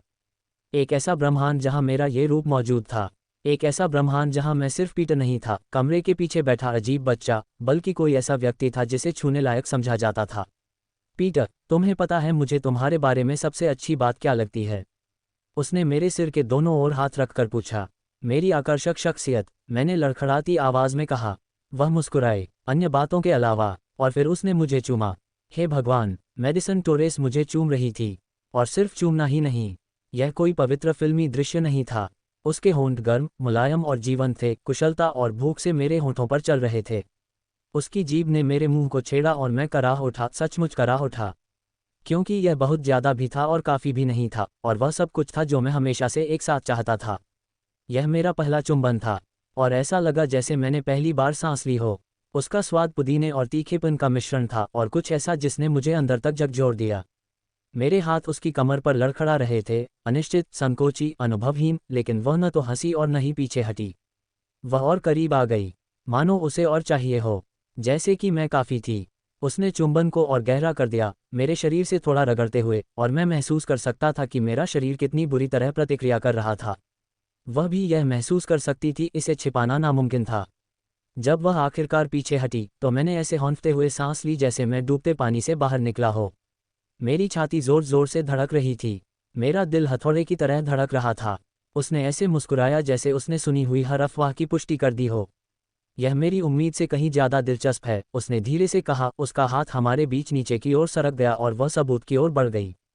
और मैंने सोचा, खेल का समय आ गया है। लेकिन इस बार दांव पर डिजिटल चीजें नहीं थीं। कोई रिस्पॉन नहीं था, कोई प्रैक्टिस राउंड नहीं था। बस एक ही मौका था, जो अस्त व्यस्त, डरावना और रोमांचक था, पहली बार देखे जाने का, सचमुच देखे जाने का। मेरा इरादा सरल है, मैं आपको एक बहुत ही असाधारण पहला अनुभव देने जा रहा हूँ। मेडिसन का हाथ धीरे धीरे मेरे पेट पर सरक रहा था, मानो वह किसी अनजान इलाके में वैज्ञानिक अभियान चला रही हो। हर स्पर्श से मेरी त्वचा के नीचे छोटे छोटे धमाके हो रहे थे, जिनके सामने 4 जुलाई की आतिशबाजी भी फीकी पड़ जाती। उसने इसे नेशनल ज्योग्राफिक डॉक्यूमेंट्री की तरह लिया। यहाँ हम एक भोले भाले पढ़ाकू लड़के को उसके प्राकृतिक परिवेश में देख रहे हैं, जो एक अमीर घराने की राजकुमारी द्वारा पूरी तरह से बर्बाद होने वाला है, मैंने सोचा जब वह मेरी जीन्स की कमर तक पहुंची। जब वह मेरी जीन्स तक पहुंची, तो वह रुक गई। उसकी निगाहें मेरी निगाहों पर इस तीव्रता से टिकी हुई थीं मानो वह ये पता लगाने वाली हो कि अटलांटिस वास्तव में मौजूद था या नहीं। तुम्हें पता है, मैं ये देखने के लिए बेताब थी कि तुम क्या लेकर आए हो, उसने धीमी और जिज्ञासा से भरी आवाज में कहा, जिसमें कुछ ऐसा भाव था जो शिकारी भूख जैसा खतरनाक लग रहा था। बहुत खूब, तो यह वास्तव में सिर्फ एक तथ्य खोज अभियान था। मेडिसन टोरेस, यौन मिथकों को तोड़ने वाली, मुझे एहसास हुआ। लेकिन जैसे ही उसने बटन खोला, मेरा दिमाग चकरा गया। जिप के खुलने की आवाज़ उस शांत कमरे में अविश्वसनीय रूप से तेज लग रही थी, मानो हर दांत अलग होते होते मेडिसन स्क्वायर गार्डन में होने वाले किसी बड़े मुकाबले की घोषणा कर रहा हो। मुझे लगा जैसे जिप की आवाज़ मेरे शरीर के निचले हिस्से के पहले प्रदर्शन पर टिप्पणी कर रही हो। लेकिन वह किसी नौसिखिए की तरह सीधे मुख्य आकर्षण की ओर नहीं बढ़ी। उसका हाथ मेरे बॉक्सर के कमरबंद के चीकों पर मंडरा रहा था, और उसने ऐसे आत्मविश्वास से मुस्कुराया जैसे उसने ये काम इतनी बार किया हो कि उसे इसमें महारत हासिल हो गई हो। तो यह आखिरी परत है ना? उसने फुसफुसाते हुए कहा, मानो वह दुनिया का सबसे दिलचस्प क्रिसमस उपहार खोल रही हो। चलो देखते हैं कि इसमें इतनी चर्चा किस बात की है। उसने पहले कपड़े के ऊपर से ही मुझे छुआ, बस हल्के से हाथ से, और मैं ऐसे सिहर उठा जैसे मुझे बिजली का झटका लगा हो। दर्द से नहीं, बल्कि इस बात से कि जब मेरे अलावा किसी और इंसान ने मेरे लिंग को छुआ तो कितना अच्छा लगा। उसका स्पर्श कोमल था, लेकिन पक्का था, और मेरा शरीर प्रतिक्रिया देने लगा इससे पहले कि मेरा दिमाग समझ पाता कि यह सच में हो रहा है। मेडिसन ऐसे जम गई जैसे किसी ने उसका नेटफ्लिक्स शो रोक दिया हो। हे भगवान, उसने गहरी सांस लेते हुए कहा, मानो उसे कोई छिपा हुआ खजाना मिल गया हो या कोल्ड फ्यूजन का रहस्य पता चल गया हो। उसका हाथ फिर से मेरे ऊपर थाम लिया, इस बार और मजबूती से, मानो वह गुणवत्ता नियंत्रण कर रही हो। तुम अभी भी बढ़ रहे हो। अंतिम शब्द पर उसकी आवाज़ लड़खड़ा गई, मानो वह किशोरावस्था की उल्टी प्रक्रिया से गुजर रही हो। वह सचमुच हैरान लग रही थी। मेडिसन टॉरस, जिसके पास शायद एक पोर्न स्टार के स्टंट डबल से भी ज्यादा अनुभव था, मेरे उपकरणों को देखकर सचमुच हैरान थी। मैंने सोचा, और मुझे इतना गर्व महसूस हुआ कि शायद उससे एक छोटे शहर को बिजली मिल सकती थी। मैंने जवाब नहीं दिया, सचमुच मैं जवाब दे ही नहीं सका। मेरा दिमाग पूरी तरह से काम करना बंद कर चुका था, और मेरा पूरा तंत्रिका तंत्र एक ऐसे बिजली के तार की तरह काम कर रहा था जिसे किसी ने बाथटब में गिरा दिया हो। उसने धीरे से अपना हाथ पीछे खींच लिया और ऐसे घूरने लगी जैसे कोई चिकित्सीय चमत्कार देख रही हो। ये लिंग नहीं है, उसने एक नई प्रजाति की खोज करने वाले व्यक्ति के समान श्रद्धा से कहा। ये तो एक पौराणिक जीव है। मैं तो लगभग अपनी ही लार में ही घुट गया, क्योंकि मेडिसन ने मेरे गुप्तांग की तुलना एक गेंडा से कर दी। उसने घबरा कर निगल लिया, सचमुच कार्टून के किरदार की तरह। मैंने देखा कि उसका गला ऐसे ऊपर नीचे हो रहा था मानो वह अपने अविश्वास को निगलने की कोशिश कर रही हो। मेडिसन, वही लड़की जिसने एक बार जैक मॉरिसन से कहा था कि तब दोबारा कोशिश करो जब तुम्हारा लिंग तुम्हारे अहंकार से बड़ा हो जाए, इस समय मेरे लिंग को ऐसे घूर रही थी जैसे उसने पुरुष शरीर रचना के बारे में उसकी पूरी समझ को ही बदल दिया हो। मैंने सोचा, इस स्थिति की बेतुकीपन से बेहोश न होने की कोशिश करते हुए। तुम झूठ नहीं बोल रहे थे, उसने धीमी आवाज में कहा। उसकी आंखें इतनी चौड़ी हो गई थी मानो उसके घर के पीछे एलियंस उतरकर उसे बृहस्पति ग्रह तक लिफ्ट दे रहे हों। तुम सचमुच झूठ नहीं बोल रहे थे। उसकी उंगलियां ऐसे फड़फड़ा रही थीं मानो वह तय नहीं कर पा रही हो कि वह उसे छूना चाहती है या उसकी पूजा करने वाला कोई धर्म शुरू करना चाहती है। वह मेरे करीब झुक गई, उसकी सांसें मेरे अंडरवियर के ऊपर से भी मुझे छू रही थीं, और ऐसा लग रहा था जैसे गर्म बिजली का झटका लगा हो। तुमने इस विशालकाय जीव को उन ढीली ढाली जीन्स में कैसे छिपा रखा है? क्या तुम जादूगर हो? मैंने लड़खड़ाती हुई हंसी हंसी, जो किसी मरते हुए जानवर की हंसी जैसी लग रही थी। राक्षस, सचमुच। उसने गंभीर भाव से सिर हिलाया, मानो वह किसी डॉक्टर द्वारा दी जा रही बीमारी का निदान बता रही हो। ऐसी चीज का नाम नहीं रखा जाता। इसे अपना जिप कोड दिया जाता है और शायद सरकार से थोड़ी बहुत सब्सिडी भी मिल जाती है। मैंने सोचा। जैसे ही उसने अपनी उंगलियां मेरे बॉक्सर के कमरबंद में डाली, उसने मेरे लिंग को ऐसे माना जैसे वह कोई प्राकृतिक स्थल हो जिसे ऐतिहासिक संरक्षण का दर्जा मिलना चाहिए। ऊपर उठाओ। मैंने उठाया, और उसने उन्हें मोनालिसा को खोलने वाले किसी व्यक्ति की जानबूझकर धीमी गति से नीचे उतारा। जैसे ही मेरा चेहरा खुला, हवा मुझ पर ऐसे लगी मानो बर्फ और आग ने मिलकर मुझे ही तड़पाने का फैसला किया हो। तेज ठंड मेरी नसों में दौड़ रही गर्मी को चाट रही थी, जो इस दुनिया के लिए बहुत ही संवेदनशील लग रही थी। और फिर वो सामने था, मोटा, नसों से भरा, अविश्वसनीय रूप से सख्त, ऊपर की ओर उभरा हुआ, मानो उसमें बनावटी महत्वाकांक्षाएं हों और शर्म का कोई एहसास न हो। मेरा लिंग ऐसा लग रहा था मानो उसे वासना के पाप के लिए ही गढ़ा गया हो, भारी, धड़कता हुआ, नोक पर गहरा लाल रंग, मानो उसे पहले से ही पता हो कि वह किस तरह का नुकसान पहुंचाने वाला है। जैसे जैसे मेरा चेहरा सामने आता गया, उसकी निगाहें मेरे हर इंच पर टिकी रहीं, मानो वह, हे भगवान, ये सचमुच मौजूद है, शीर्षक वाली किसी वैज्ञानिक पत्रिका के लिए विवरण याद कर रही हो। और जब उसने सब कुछ देखा, तो वह सचमुच चौंक गई, मानो किसी ने उसे बताया हो कि सांता क्लॉस सचमुच मौजूद है और वह उसके बेडरूम में खड़ा है। उसकी पुतलियां ऐसे फैल गईं जैसे उसने कोई नशा किया हो। उसके होंठ खुल गए, और उसके मुंह से एक धीमी सी हे भगवान निकली, इतनी धीमी कि मैं लगभग सुन ही नहीं पाया, लेकिन ऐसा लगा जैसे वह किसी प्रभावशाली जन्नांगों के देवता से प्रार्थना कर रही हो। हे भगवान पीटर, उसने फुसफुसाते हुए और धार्मिक अनुभूति के बीच कहीं आवाज में कहा। तुम कुंवारे नहीं हो, तुम तो सामूहिक प्रलोभन का एक हथियार हो। मेडिसन टोरेस ने मेरे लिंग को सामूहिक विनाश का हथियार कह दिया। ये सब सच नहीं हो सकता, मैंने सोचा, क्योंकि वो मुझे ऐसे घूर रही थी जैसे कोई जटिल गणितीय समीकरण हल करने की कोशिश कर रही हो। उसने मुझे तुरंत छुआ नहीं, वह बस ऐसे घूर रही थी जैसे लूव्र संग्रहालय में किसी उत्कृष्ट कृति का अध्ययन कर रही हो। फर्क सिर्फ इतना था कि वह उत्कृष्ट कृति मेरा गुप्तांग था और संग्रहालय उसका आलीशान महल जैसा शयनकक्ष था। फिर, बड़ी सावधानी से, आदरपूर्वक, जैसे वह नाइट्रोग्लिसरीन को संभाल रही हो, उसने अपनी उंगलियों को मेरे चारों ओर लपेट लिया, और मैं बुरी तरह से सिहर उठा क्योंकि उसका स्पर्श गर्म और समझदारी भरा था, लेकिन साथ ही साथ इतना सतर्क भी था जैसे उसे डर हो कि हम में से कोई सचमुच जलकर राख न हो जाए। तुम इसे छुपा रहे थे, उसने उस गुस्से से कहा जैसे उसे अभी अभी किसी साजिश का पता चला हो। क्लास में, ये तो होप डायमंड को अनाज के डिब्बे में छुपाने जैसा है। उसका हाथ धीरे धीरे खोजबीन करते हुए चलने लगा, मानो वह ये जांच रही हो कि क्या भौतिकी के नियम अभी भी मुझ पर लागू होते हैं। उसकी स्पर्श से मेरी पीठ झुक गई, और मैंने अपने मुंह से निकली आह को रोकने की कोशिश भी नहीं की, क्योंकि जाहिर तौर पर मैंने अपनी गरिमा के साथ साथ अपने स्वर पर भी सारा नियंत्रण खो दिया था। ये ठीक नहीं है, उसने सिर हिलाते हुए बुदबुदाया, मानो उसे इस अन्याय से सचमुच ठेस पहुंची हो। तुम्हें 9वीं कक्षा से ही प्रशंसक रखने चाहिए थे। तुम्हारा तो एक फ़ैन क्लब होना चाहिए था। मुझे लगा कि लिंकन हाई की छात्राओं द्वारा मेरी ठीक से पूजा न किए जाने से वह व्यक्तिगत रूप से अपमानित महसूस कर रही थी, क्योंकि वह नीचे झुकी और अपने होठों को ऐसे चाट रही थी जैसे वह कुछ ऐसा करने वाली हो जिसके लिए शायद सुरक्षा उपकरणों की आवश्यकता होगी।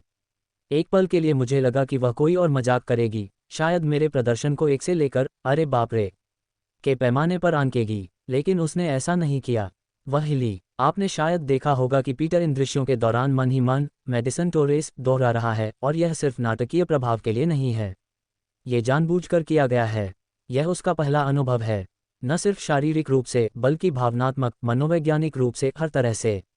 और यह उस लड़की के साथ हो रहा है जिससे उसने कभी सपने में भी बात करने का नहीं सोचा था, सोने की तो बात ही छोड़िए।